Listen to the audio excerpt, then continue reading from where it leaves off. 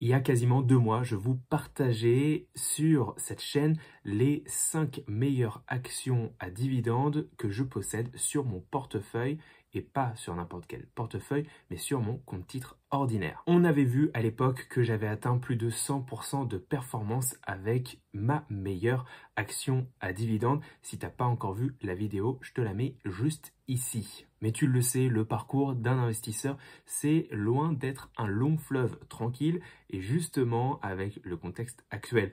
Et moi, c'est pareil, j'ai des actions, notamment à dividendes, qui sont des gros boulets dans mon portefeuille, tout du moins du point de vue des performances, pas de leur qualité, attention. Pourquoi je te parle précisément d'actions à dividendes? C'est tout simplement parce que j'ai d'autres types d'actifs dans mon portefeuille, dans mon compte titre ordinaire et dans mon PEA également.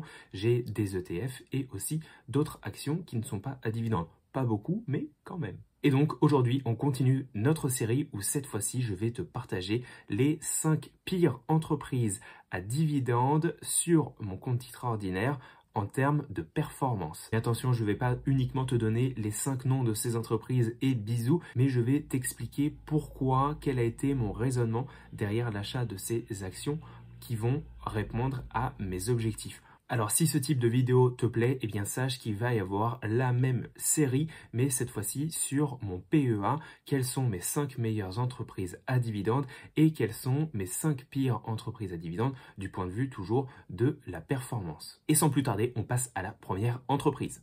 Et cette première entreprise, elle s'appelle Medifast. Medifast, c'est une société américaine de nutrition et de perte de poids qui est basée dans le Maryland.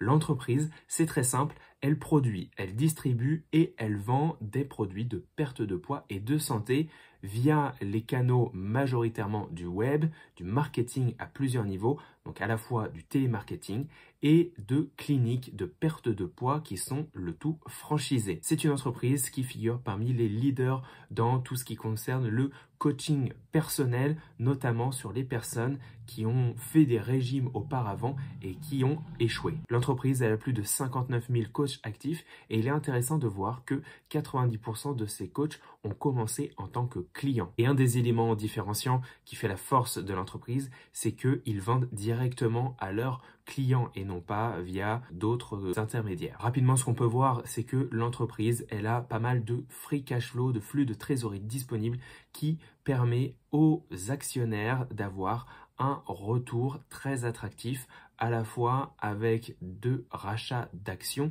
et également avec des dividendes. Ce qui concerne le cours de Medifast, eh bien tu le vois, on a eu quand même une belle croissance au fur et à mesure du temps avec une performance de plus de 145% depuis 5 ans et tu peux le voir, moi au moment où j'ai initié ma position, eh bien on avait déjà commencé à corriger depuis les plus hauts à la mi-2021. J'ai initié mes premiers achats de l'action le 20 décembre 2021 pour un prix de revient unitaire de 173,97 $, ce qui me fait une moins-value latente de moins 34,91% au moment où je fais cette vidéo. Mais avec les cours de bourse qui dévissent au fur et à mesure des semaines, c'est pas impossible que ce soit encore pire au moment où je publie cette vidéo.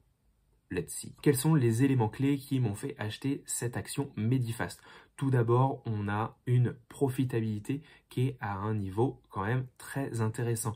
On a une marge nette qui, au fur et à mesure du temps, a tendance à croître, même si là, depuis 2018, on est sur une petite stagnation, petite diminution.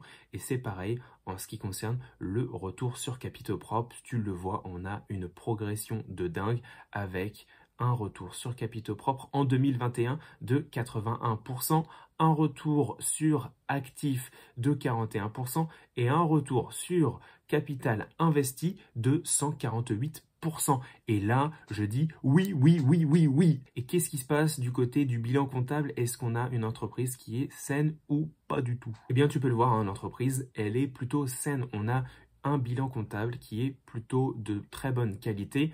On a au total 61 millions de dollars de cash et d'équivalent pour 56,3 millions de dettes à court terme et à long terme. Donc, l'entreprise, avec son cash, elle est capable de payer la majorité de ses dettes à court et long terme. Donc ça, c'est une très bonne nouvelle. Donc tu le vois, on a une entreprise qui est profitable, qui a tendance à croître, qui a quand même un niveau de profitabilité assez dingue. On a une balance comptable qui est tout à fait honnête. Et qu'est-ce qui se passe du point de vue de la valorisation? Est-ce que le cours de l'action est trop cher ou pas assez cher? Eh bien moi, quand j'ai fait l'acquisition de cette action, eh bien on avait une entreprise qui était, ma foi, tout de même peu valorisée pour une croissance assez importante. On a un cours qui équivaut à 8,58 fois les bénéfices à l'heure actuelle, c'est quand même pas cher payé, et c'est tout de même un petit peu plus élevé du point de vue du cours sur cash flow qui équivaut, ce cours-là, à plus de 13,8 fois le cash flow. Et puis enfin, j'ai acheté cette entreprise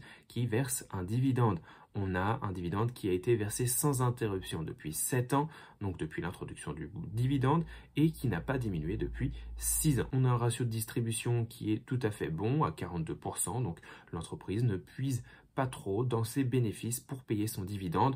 Dividende, tu le vois, qui a tendance à augmenter de manière extrêmement rapide au fur et à mesure des années. Sur 5 ans, on a eu tout de même une augmentation du dividende de plus de 33,56% par an en moyenne. Donc tu vois un petit peu les raisons qui étaient derrière cet achat de cette entreprise. Voyons maintenant une autre de mes pires performances et ce n'est autre que AT&T. AT&T, j'en ai déjà parlé assez souvent sur cette chaîne où je te disais que je regrettais d'avoir acheté cette entreprise. Si tu la connais pas, c'est un peu l'équivalent de Orange chez nous, donc dans le service des télécoms. C'est d'ailleurs le plus grand fournisseur de services téléphoniques locaux et longue distance et de XDSL aux États-Unis et le deuxième opérateur de services mobiles. Sur 5 ans, le cours de l'entreprise a énormément dévissé et encore, ça va continuer, je le pense, avec une performance négative de moins 35,2% depuis 5 ans. Je te montre même pas la performance sur le yield today qui doit être de l'ordre des moins 50, moins 60%. J'ai initié mon achat de AT&T quand même au tout début de ma carrière d'investisseur sur mon compte titre ordinaire. Je l'ai ouvert cette position le 11 août 2020 pour un prix de revient unitaire de 30,42 $ et j'ai une moins-value latente de moins 31%. Et cette fois-ci, je vais pas te montrer pourquoi j'ai acheté cette action puisque je pense que j'ai simplement regardé sur internet actions à dividendes, etc. J'ai tapé le truc et parmi les entreprises américaines qui revenaient à chaque fois, il y avait AT&T et vu que à l'époque je n'y connaissais pas grand chose, eh bien j'ai tout simplement passé un ordre d'achat. Ce qui fait que maintenant je regrette cet investissement puisque je ne l'aurais pas acheté à l'heure actuelle si c'était le cas, loin de là, je le déconseillerais même. Alors pourquoi je dis que AT&T c'est un mauvais investissement? Faisons quand même un petit peu d'analyse. On a quand même une chute du chiffre d'affaires qui depuis 2019 est quand même assez importante et c'est la même chose du côté du free cash flow par action. Tu le vois, on avait quand même de belles perspectives 2014, 2015, 2016, 2017, 2018 même et puis en 2019 le summum est atteint et après on est sur un déclin du free cash flow par action. Du côté de la marge, c'est encore pire, on est véritablement sur une marge nette qui est en dents de scie avec une marge nette qui décline de manière assez importante depuis 2017 et quand même c'est pas ce que l'on souhaite voir. Nous on souhaite voir une marge nette qui a tendance à croître même si c'est petit à petit, mais c'est ce que l'on souhaite voir. Pour moi ce qui est un peu le pire chez AT&T, c'est pas autant son niveau de marge qui a tendance à fluctuer, mais c'est véritablement la qualité de sa balance comptable. On a des dettes explosives, on a énormément de dettes chez AT&T et un faible ratio de couverture des intérêts. Donc coupler ces deux-là, en même temps ça va ensemble, eh bien ça fait pas un très bon cocktail. En tout cas, moi je ne le savoure pas avec plaisir. On a tout de même une dette sur EBITDA qui avait atteint son summum en 2020 et qui dépassait les 5 fois, donc c'est quand même extrêmement élevé. Au-delà de 5 fois, ça commence à devenir très chaud pour l'entreprise. Et donc tu l'imagines, quand on te présente AT&T comme ça te donne pas forcément l'envie d'investir et ça se traduit du point de vue de la valorisation de l'entreprise puisque les investisseurs sont frileux et donc du coup, on a une valorisation à ras les pâquerettes. On a quand même un ratio cours sur bénéfice à 6,55 fois, c'est quand même très peu. Et puis, c'est encore pire avec un cours qui équivaut à 4,14 fois le free cash flow, le flux de trésorerie disponible. Là, véritablement, c'est pas beaucoup. On peut difficilement faire pire, enfin on peut, mais quand même, c'est pas énorme. Je te propose de continuer avec les gros boulets de mon portefeuille et cette fois-ci, c'est une entreprise qui a eu un passé glorieux et qui là semble un petit peu tourmentée, a un petit peu du mal à se remettre dans le bain et à affronter la concurrence. Cette entreprise, elle est dans le secteur des semi-conducteurs et c'est Intel. Et on a des nouvelles qui sont peu réjouissantes encore actuellement du côté de Intel puisque dans un contexte de faible demande de PC, de personal computer, eh bien des licenciements arrivent chez Intel. Tu le vois, il prévoit de licencier des milliers de travailleurs, des détails pouvant apparaître parallèlement aux résultats trimestres qui vont potentiellement puer. Alors ça c'est du côté des mauvaises nouvelles, on a quand même des nouvelles un petit peu plus réjouissantes puisque le champion américain Intel a entamé la semaine dernière un changement majeur de modèle industriel puisque son PDG a annoncé le 11 octobre la mise en place d'un modèle de fonderie interne de puces, ce qui va revenir à dissocier les activités produits et de fabrication. Les divisions de produits deviennent des clients internes de la division de la fonderie pour la fabrication de leurs composants au même titre que les clients externes. Et pourquoi AT&T fait ça? Eh bien, c'est tout simplement pour essayer de rattraper la concurrence. C'est ce que nous dit l'article. Ils veulent rattraper TSMC, tu le sais, Taiwan Semiconductor Company, et Samsung.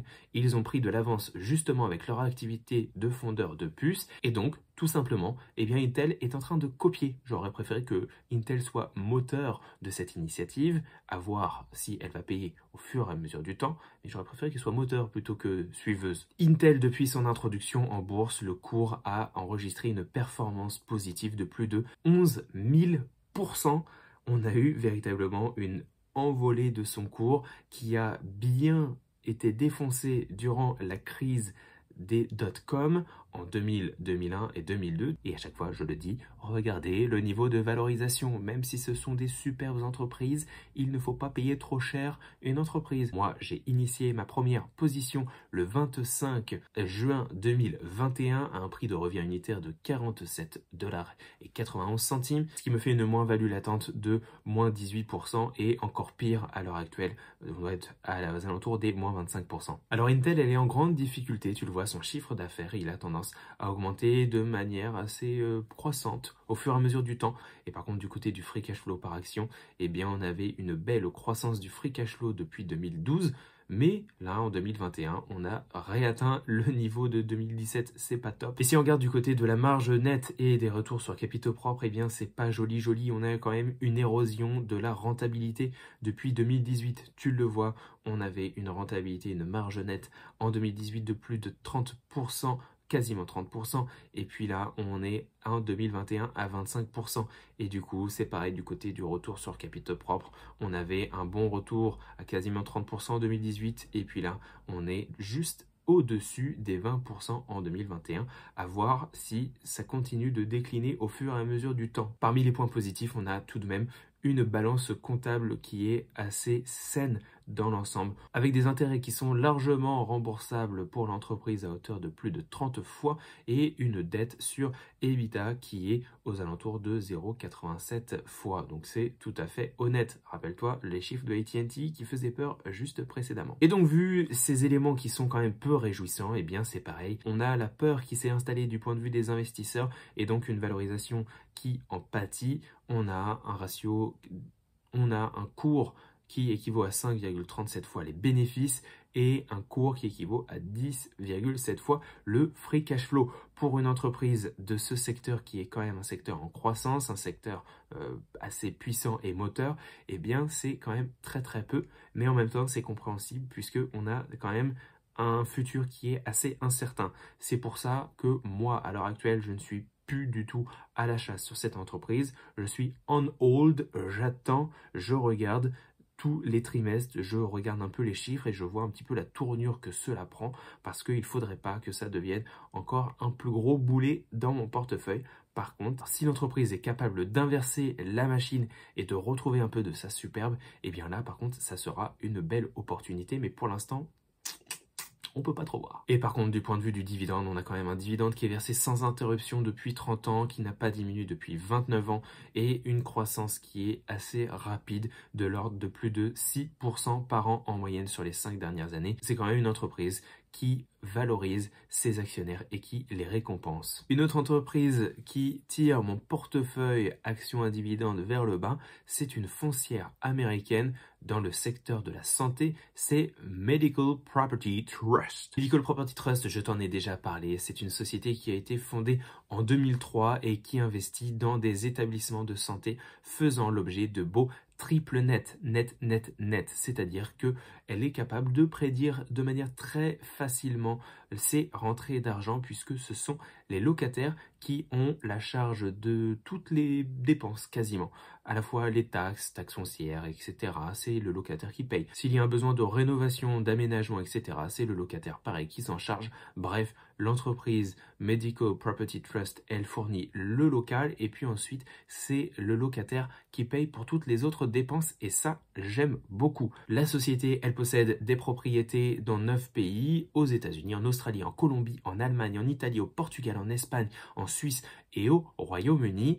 Elle détient également des participations dans plusieurs fournisseurs de soins de santé. Et d'ailleurs, l'entreprise, c'est le deuxième plus important propriétaire non gouvernemental d'hôpitaux au monde avec des actifs bruts de plus de 21 milliards de dollars. Tu vois également les principaux locataires de l'entreprise. Et pourquoi justement cette entreprise Medical Property Trust est un des boulets de mon portefeuille? Eh bien, c'est parce que ces locataires ne se portent pas très bien, ne sont pas en très bonne santé et c'est notamment le cas de son principal opérateur, celui qui loue le plus de propriétés à Medical Property Trust, qui est Steward Healthcare et qui loue plus de 2,6% de son portefeuille.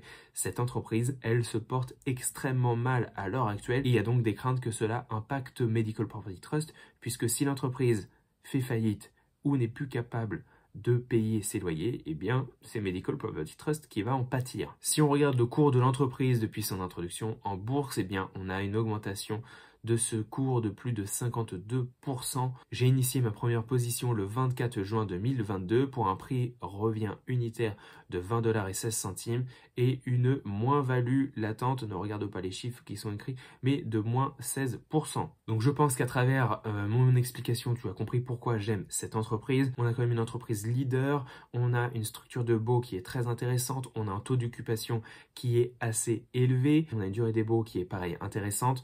On a une valorisation qui est assez attractive, mais qui représente des dangers, on va le voir.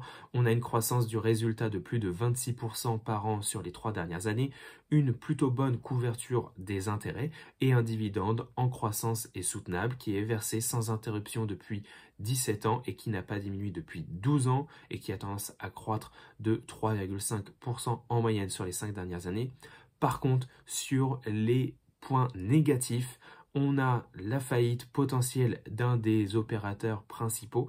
Donc ça, c'est un élément qui est à surveiller. En lien avec ce que je disais, ce que je n'aime pas non plus, c'est le fait que 5 locataires comptent pour plus de 50% de ses revenus.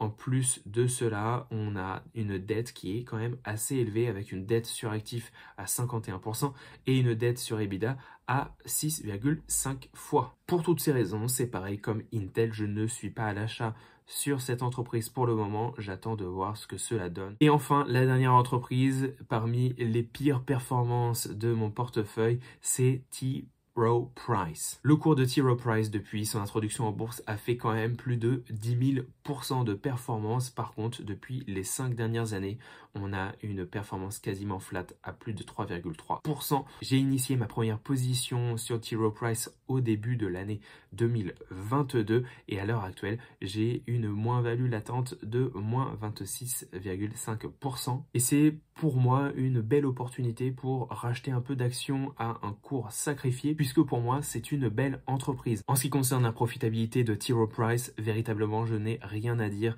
on a de très bons indicateurs. On a une marge nette qui est en augmentation croissante à quasiment 40%. Est-ce que tu connais des business qui arrivent à faire une marge nette à plus de 40%? Il y en a quand même très peu. Donc là, c'est assez excellent. Et c'est pareil en ce qui concerne ces retours pour actifs, ses retours sur capitaux propres et ses retours sur capitaux investis. On a véritablement des chiffres excellents avec un retour sur actifs à plus de 20%, un retour sur capitaux propres à plus de 28% et un retour sur capital investi à plus de 27%. Un truc de dingue, c'est véritablement excellent. Et vu que le cours de bourse dévisse, eh bien c'est pareil du côté de la valorisation.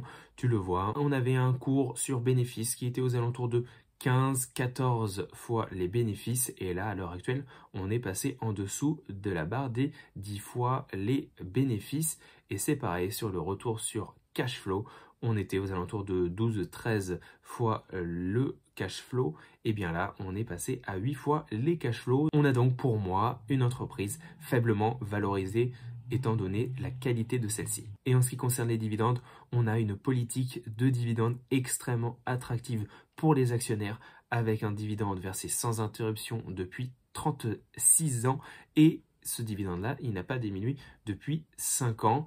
Cette croissance du dividende, elle est extrêmement importante, de l'ordre de 20% par an en moyenne sur les 5 dernières années et un petit peu moins de 10% sur les 10 dernières années avec un taux de distribution sur les bénéfices largement honnête à 43,9%. Voilà ce que je voulais te partager aujourd'hui, les 5 pires actions à dividendes sur mon compte titre ordinaire en termes de performance. Tu le vois, il y a deux types d'entreprises, celles que je regrette d'avoir achetées et les autres où je t'ai expliqué la logique derrière mes investissements. Est-ce que je vais avoir raison ou pas? L'avenir nous le dira, mais en tout cas, moi, je suis serein avec ces investissements-là.